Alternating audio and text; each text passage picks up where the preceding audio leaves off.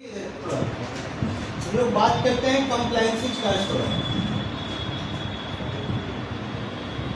क्या सब लोग इधर देख लीजिए 2 मिनट फिर करते रहिएगा अपना।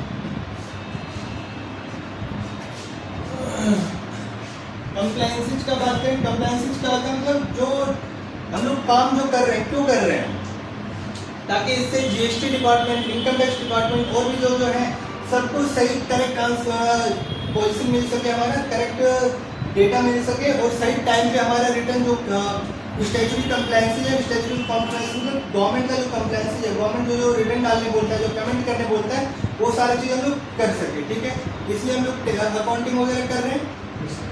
तो कंप्लायंसेस में अभी हम लोग 2-3 कंप्लायंसेस का बात करेंगे। फर्स्ट है जीएसटी का, दूसरा है टीडीएस, थर्ड है इनकम टैक्स। ठीक है, जीएसटी, टीडीएस, इनकम टैक्स। सबसे पहले आते हैं जीएसटी का। जीएसटी का रिटर्न कैसे जाता है? रिटर्न जाएगा मंथली या फिर क्वार्टरली। क्वार्टरली का मतलब क्या होता है? क्वार्टरली का मतलब क्या होता है? 12 मंथ को मतलब क्वार्टर का डिवाइड कर दिया है। क्वार्टर का मतलब क्या होता है? 4 टुकड़े में जब बढ़ जाए 1/4 4 टुकड़ों में बांट दिया। तो 12 मंथ होते हैं हमारे, 12 मंथ को 4 टुकड़ों में बांटेंगे तो एक क्वार्टर में कितना बनता है? 3 मंथ। मीन्स 3 मंथ का एक क्वार्टर हुआ।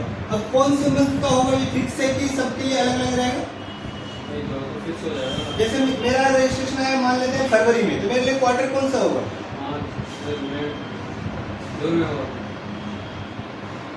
क्वार्टर फिक्स होता है। कौन सा?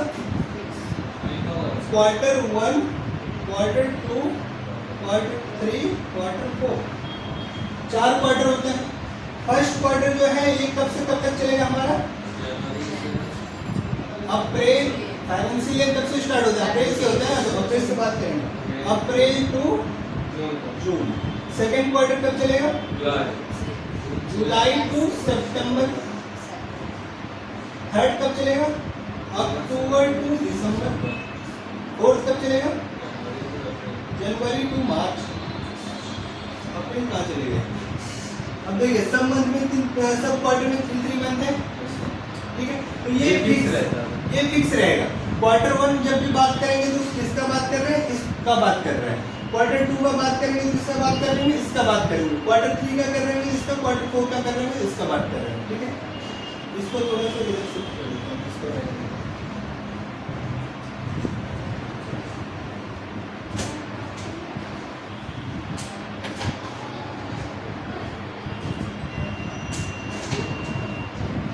जीएसटी और टीडीएस। देखिए जीएसटी में हम लोग क्या क्या चढ़ाते हैं, अभी हम लोग क्या क्या एंट्री कर रहे हैं? सेल, परचेज, 2 चीज के हैं, तो दोनों का ही रिटर्न डालना था। जीएसटी डिपार्टमेंट को किससे मतलब है? गुड्स एंड सर्विस टैक्स से जीएसटी का मतलब है। तो गुड्स से और सर्विस का जो हम लोग सेल करते हैं, परचेज करते हैं, उससे मतलब है किसको? जीएसटी डिपार्टमेंट को। इनकम टैक्स को किससे मतलब होता है? इनकम से मतलब होता है कितना कमाए हैं, समझे? तो जीएसटी डिपार्टमेंट किससे मतलब है? सेल्स। जीएसटी डिपार्टमेंट किससे मतलब है? सेल्स। इसको मतलब है सेल्स से, इसको किससे मतलब है? इनकम से। समझ में? जितने भी रुपए का हम सेल कर रहे हैं वो क्या है? या जीएसटी में आएगा। और जितने रुपए हम कमा रहे हैं, मान लेते हैं हम लोग एक किसी चीज का बिजनेस कर रहे हैं, हमारा एक महीने में हम लोग 10 लाख रुपए का सेल कर देते हैं। इनकम कितना हुआ मेरा? 10 लाख रुपए का हम सेल कर रहे हैं किसी मंथ में, 10 लाख का। इनकम कितना हुआ? इनकम इससे पता चल रहा है क्या? नहीं। इनकम कहाँ से आएगा? इसमें तो पहले बताइए मैंने परचेज कितने का किया है? परचेज कितने का किया है? मान लेते हैं 8 लाख का परचेज ही किया था मैंने। ठीक है, 8 लाख जो सामान हम 10 का बेच रहे हैं, 8 लाख का परचेज किया था। तो हम कितना हमारा ग्रॉस प्रॉफिट है? 2 लाख का ग्रॉस प्रॉफिट आ गया। मतलब 2 लाख रुपए हमारा ग्रॉस प्रॉफिट है। ये क्या मेरा प्रॉफिट है? इनकम है क्या ये? नहीं, इनकम नहीं है।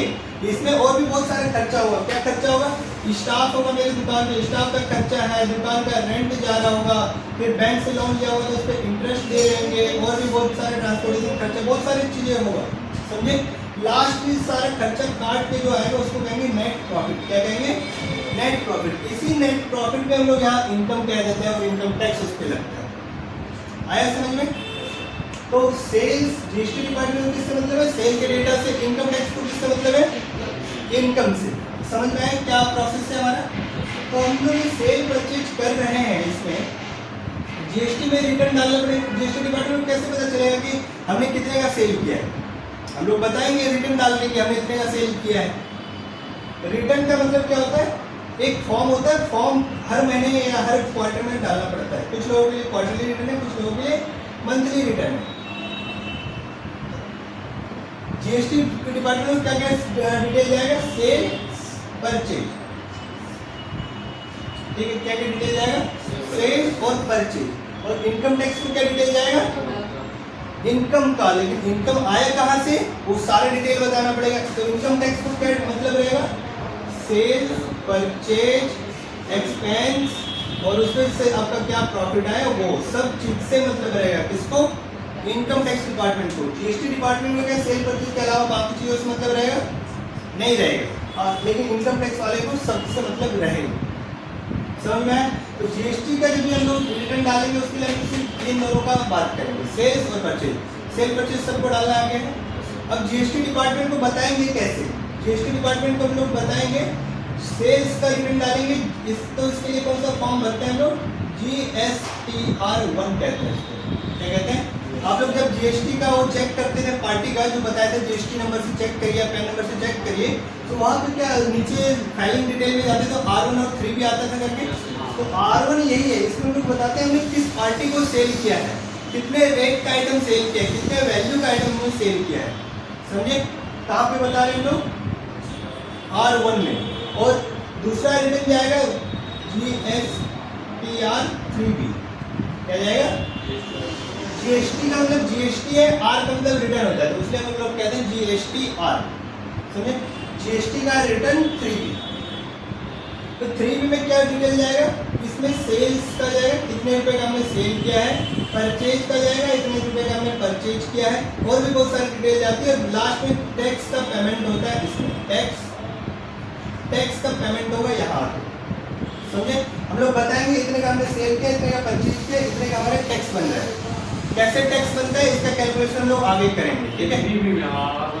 R1 में भी सिर्फ सेल का डिटेल जाएगा। R1 में क्या डिटेल जाएगा? सिर्फ सेल का। हमने किस पार्टी को सेल किया, कितने वैल्यू का सेल किया, कौन सी डेट में सेल किया, कौन सी इनवॉइस नंबर में सेल किया है, और क्या क्या उसमें सेल किया है, सारा डिटेल आ जाएगा। 3B में एक समरी है, सेल आपने कितना किया, पर सेल का डिटेल तो जा चुका है ना, वहाँ से ऑटो पॉपुलेटेड हो जाएगा 3B में डिपार्टमेंट के पास, ठीक है। फिर उसमें से परचेज कितना किया है आपने, क्या किया, कितना टैक्स बन रहा है आपका, कैलकुलेट करके यहाँ पे क्या करते हैं, पेमेंट करते हैं। आए समझ में? कोई दिक्कत यहाँ तक? ठीक है। तो ये हुआ टैक्स का पेमेंट यहाँ पे करते हैं। और इनकम टैक्स में क्या है? इनकम टैक्स में जो भी हम नेट प्रॉफिट आएगा उस पर हम लोग टैक्स कैलकुलेट करेंगे। टैक्स कैलकुलेट करके टैक्स गवर्नमेंट को पे कर देंगे। इसका रेट अलग है, इसका जो रेट है वो अलग है, वो बात करेंगे आगे। और जीएसटी का जो टैक्स रेट है वो तो आप लोगों को पता है। मैं क्विज भी डालते रहता हूँ अपने इंस्टाग्राम उस पर कि कौन से आइटम पे कितना % जीएसटी है। आपने देखा है? किसी ने देखा है?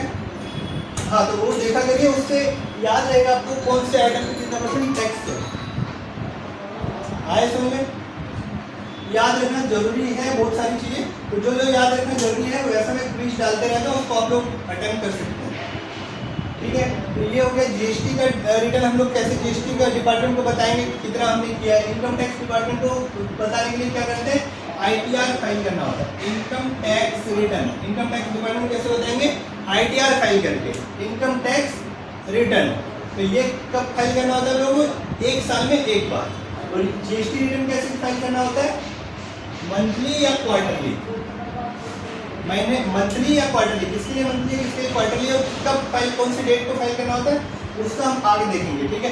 ITR कब फाइल करना होता है? ईयरली फाइल करना होता है। इनकम टैक्स डिपार्टमेंट को कब बताना होता है आपको? सारा खर्चा वगैरह ईयरली बताना होता है। जो फाइनेंशियल ईयर हम लोग बनाते हैं तो उसी के लिए है, इनकम टैक्स डिपार्टमेंट के लिए है। समझ में? बस आज के लिए इतना ही, इतना चीज ध्यान रखें। क्वार्टर क्या होता है, उसके बाद जीएसटी रिटर्न में हम लोग क्या क्या डिटेल डालते हैं, 2 तरह का मैंने रिटर्न बताया है, R1, 3B और इनकम टैक्स में बताया मैंने ITR, ठीक है। और एक TDS का भी रिटर्न होता है, इसका बात हम लोग नेक्स्ट क्लास में करेंगे। इतना चीज याद रखना है काफी आज के लिए। बाकी जो प्रैक्टिस करना है वो प्रैक्टिस करिए आप लोग, और इन सब चीजों को याद रखें।